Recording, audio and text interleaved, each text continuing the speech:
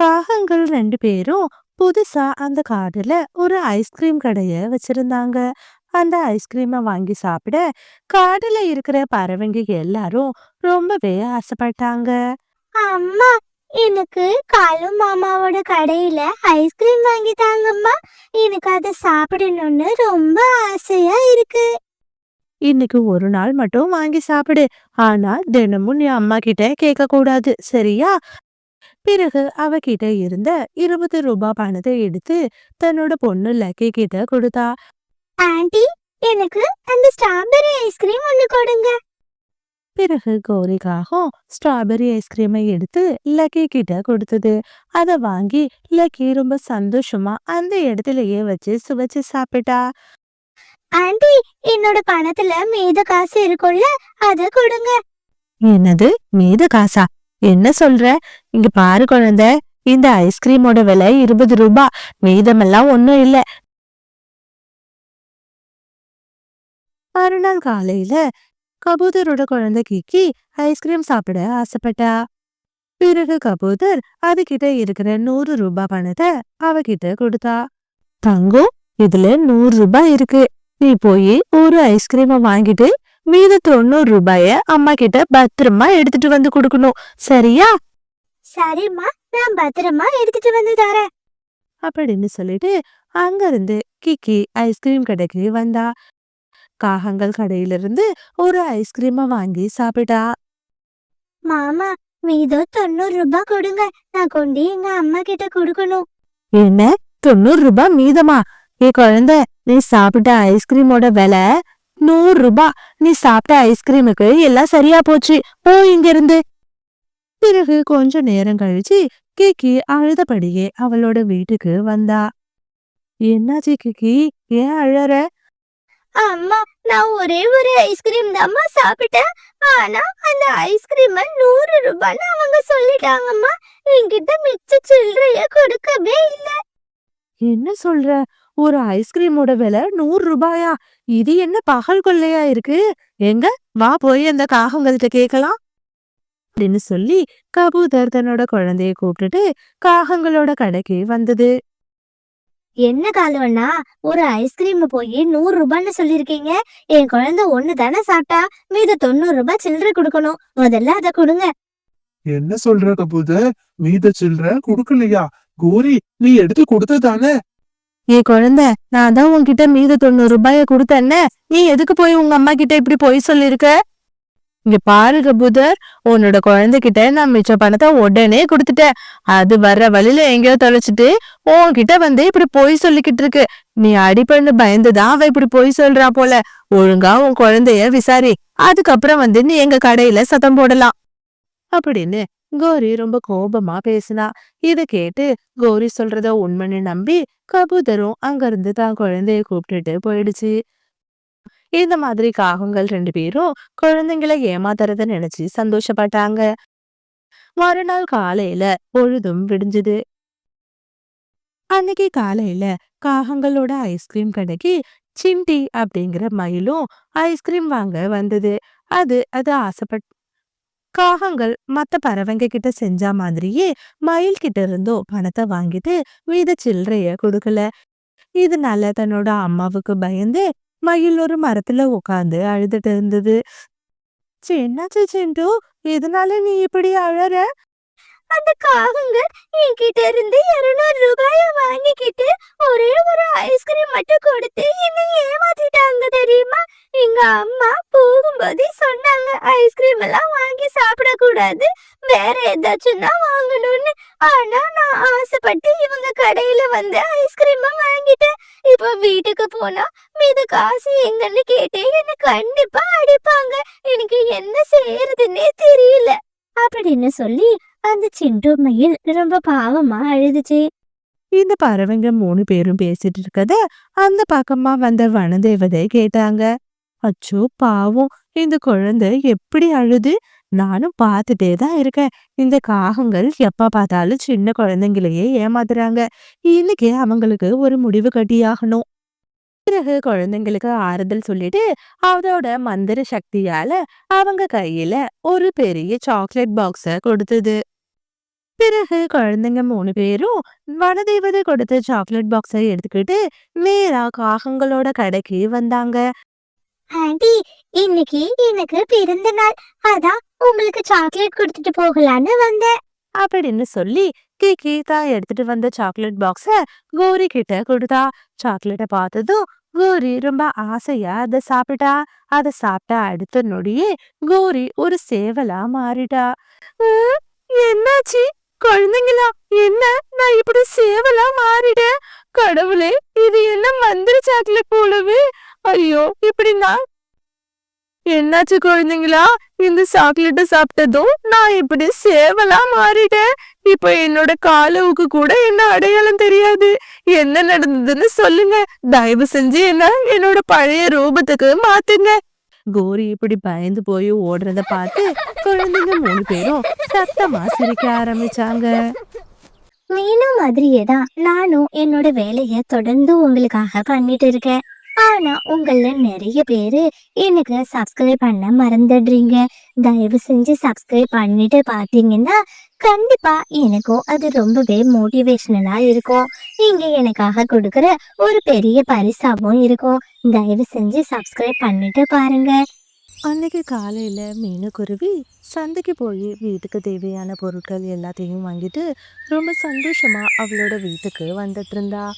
அம்மா, உங்களுக்காக நான் இவ்வளவு நேரம் ஜன்னல் பக்கமாவே உட்கார்ந்திருந்தேன் தெரியுமா? ஏமா இவ்வளவு நேரம் ஆயிடுச்சு? லக்கி, ரொம்ப நாளா நீ அம்மா கிட்ட ஆசைப்பட்டு ஒன்று கேட்டல்ல, அதுக்காக தான் அம்மா உனக்கு வாங்குறதுக்காக அலைஞ்சிட்டு இருந்தேன்.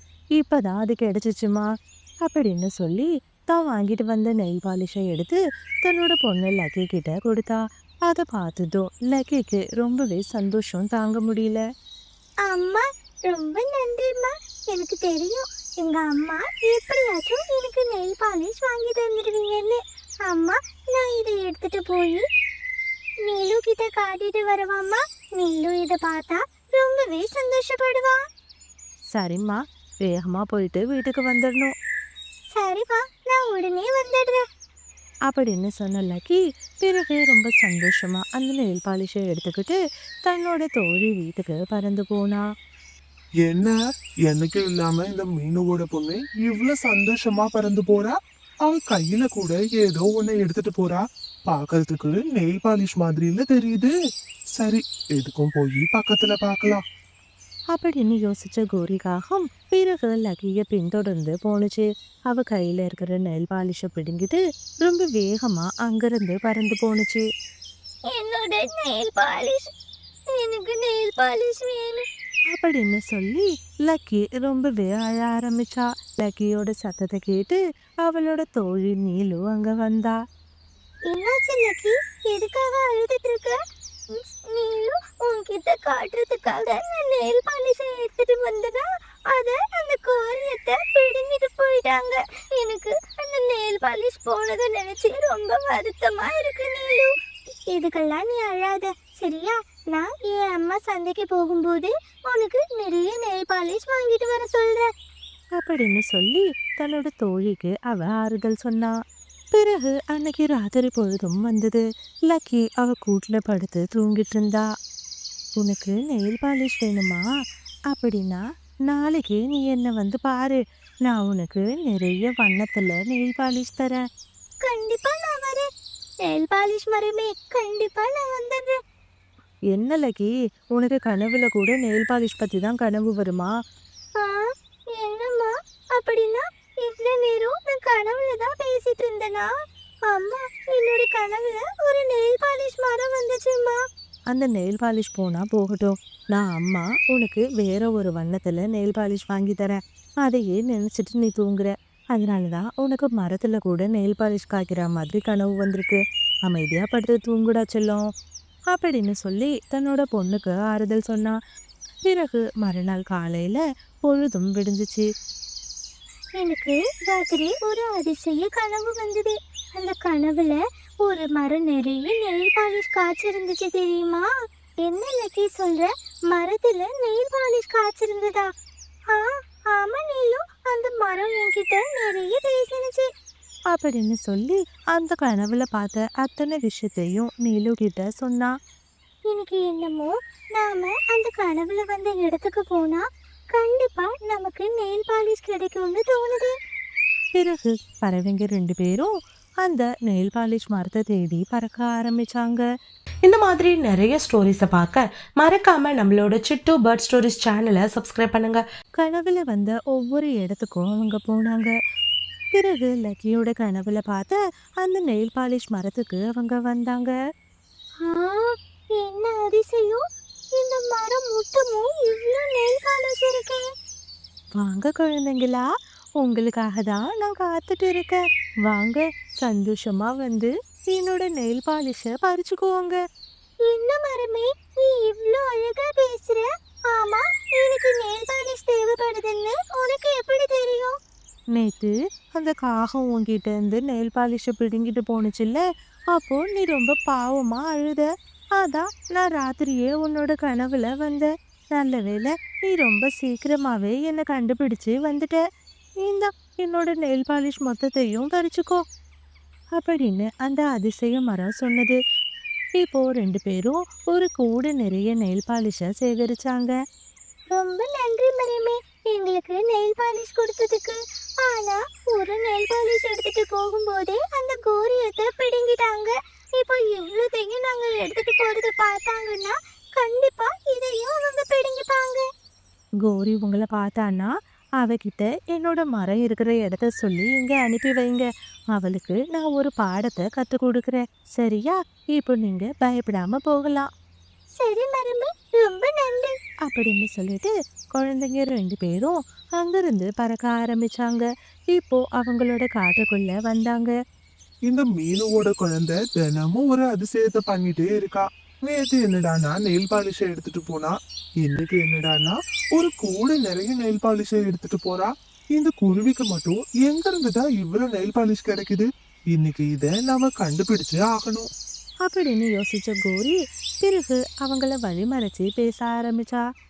ஏய் குழந்தைங்களா, ஒழுங்கா உண்மையை சொல்லுங்க. ஆமா, உங்களுக்கு இந்த நெயில் பாலிஷ் எங்க இருந்து கிடைக்குது? அத்தை, எங்களை தயவு செஞ்சு போகிறதுக்கு விடுங்க. நான் உங்களுக்கு நெயில் பாலிஷ் இருக்கிற இடத்த சொல்லிடுறேன். அத்தை, இந்த பக்கமா போனீங்கன்னா மலைகளையும் புல்வெளிகளையும் தாண்டி ஒரு பெரிய நெயில் பாலிஷ் மரம் இருக்கு. அந்த மரத்துல இருந்து தான் நாங்க தினமும் நெயில் பாலிஷை பறிச்சுட்டு வரோம். ஓஹோ, அப்படியா? சரி, இப்போ நீங்க 2 பேரும் வீட்டுக்கு போங்க. அப்படின்னு சொல்லி அவங்கள அனுப்பி வச்சா.